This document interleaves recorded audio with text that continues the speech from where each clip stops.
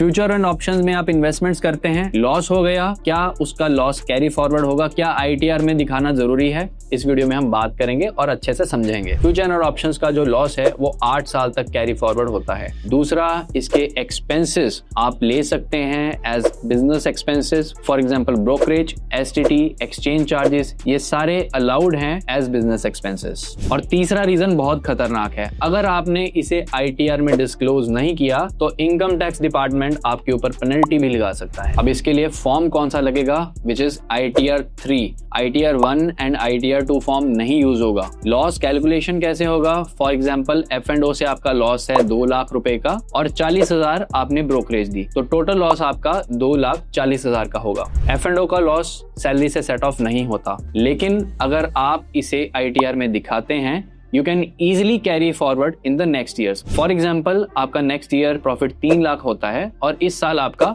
2.4 का लॉस था, so 3 lakh minus 2.4 lakh वो आपका नेट प्रॉफिट माना जाएगा। तो 60,000 will be the taxable income, उसी के ऊपर आपको टैक्स देना पड़ेगा। एक इंपॉर्टेंट बात, फ्यूचर और ऑप्शंस में आपको आपका टर्नओवर जरूर पता होना चाहिए। फॉर एग्जांपल आपने 10 ट्रेड्स किए, 5 ट्रेड्स के अंदर आपको 1 लाख का प्रॉफिट हुआ और 5 ट्रेड्स के अंदर आपको 1.2 लाख का लॉस हुआ, तो आपका टोटल टर्नओवर 2.2 लाख का माना जाएगा। और अगर आपका टर्नओवर 10 करोड़ से ज्यादा है तो ऑडिट मैंडेटरी है और 10 करोड़ से कम है तो ऑडिट जनरली नहीं होता। अपनी बुक्स ऑफ अकाउंट्स मेंटेन करो, ब्रोकर स्टेटमेंट्स होनी चाहिए, P&L स्टेटमेंट्स रेडी रखनी है, और अगर आपको किसी और तरह की बुक्स मेंटेन करने की रिक्वायरमेंट पड़े तो वो भी आपको मेंटेन करनी चाहिए। AS में आप अपनी टर्नओवर चेक कर सकते हैं, इनकम टैक्स पोर्टल से इजीली अवेलेबल हो जाती है। फ्यूचर एंड ऑप्शंस के केस में चाहे प्रॉफिट हो चाहे लॉस हो, थोड़ा सा ITR कंफ्यूजिंग हो जाता है, इसलिए आप अगर कुछ भी क्वेश्चंस हैं, क्वेरीज हैं,